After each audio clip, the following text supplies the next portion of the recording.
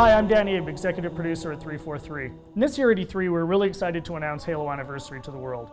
We wanted to give an example of campaign, so we used Silent Cartographer to really highlight some of the exciting features we're developing for the game. And now we want to share this with the rest of the world. So this is really your chance to get a behind-the-scenes peek at what we're doing with Halo Anniversary. Hope you enjoy. Okay, so let's dive right in and take a look at Silent Cartographer. This is exactly the same demonstration we gave to the press at E3. In fact, this is exactly the same build. So the exciting thing is that this build has come a really long way since we showed this at E3. It's kind of funny for me to look at it now and say, hey, the game looks much better now.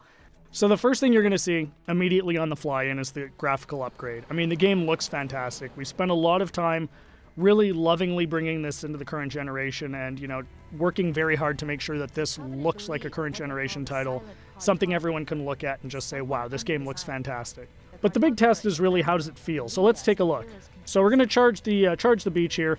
First thing you're going to get a taste of when you pick up this game and start playing is that this plays exactly like the original. That was a core development principle for us, is this game needed to play exactly the way it did 10 years ago. I mean, this is the game that launched a generation of shooters, so we had to make sure that that feeling was identical to that experience that everybody remembered 10 years ago, because this is really a gift to the fans. This is a way to relive the experience of playing Halo 1 for the first time, so we really wanted to make sure it was identical. And the way we did that was actually a fun technical trick. We're actually running portions of two engines at the same time. So the underlying code, the code controlling how the game feels, how the AI reacts, all of that stuff, is a lot of it's the original Halo 1 code, and that was really the best way for us to ensure that the game played exactly the same as it did 10 years ago. But on top of that, we've layered a new graphics engine that allows us to, you know, make the game look fantastic and look like a current generation title. So it's really a great mix of the two.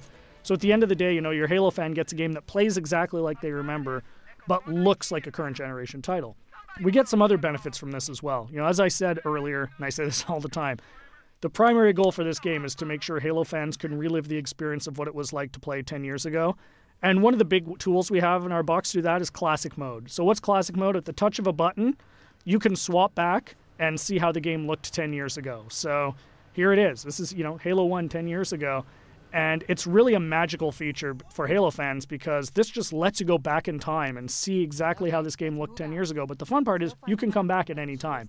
So Classic Mode gives you the ability to go back and forth whenever you want at the campaign. So one of the things that's fun to do is get out to a spot like this that, you know, just looks beautiful. You've got the water, the sun reflecting over it, the Halo ring in the background, and say, hey, what did this look like 10 years ago? Touch a button, and there it is, right? I mean, it's really, really, really a lot of fun to go back and forth between the two modes. And this is something I personally get the most excited about. And I think, you know, the fans are really going to love it too. This was definitely a big win at E3.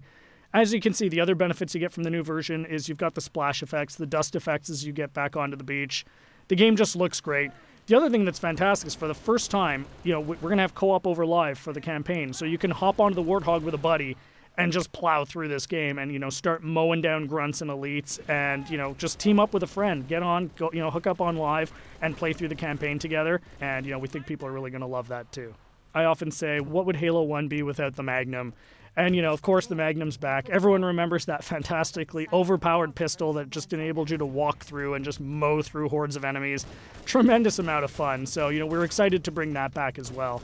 Again, you know, you can see the game plays exactly the same as it did. Cannot highlight that enough. That was really, really important for us to make sure that this game played the same as it did, because this is really an iconic game. This is the game that convinced a lot of people, myself included, that you could actually have a fun first-person shooter experience on the console. I mean, I was a hardcore PC shooter guy, you know, who said, you're never going to make a game on the console that is going to, you know, make me want to play. And this is the game that changed my, you know, my impression of it. And it's the same for millions of Halo fans. And those fans, that's who this game is for. You know, this game is really a labor of love for us here at 343, and we're really excited to be able to present it to you. So there's your sneak peek of Silent Cartographer. Really just the tip of the iceberg. We've got a lot more features we're going to announce as we get closer to launch. Come to Halo Fest at the end of August and see the whole game in action. See you then.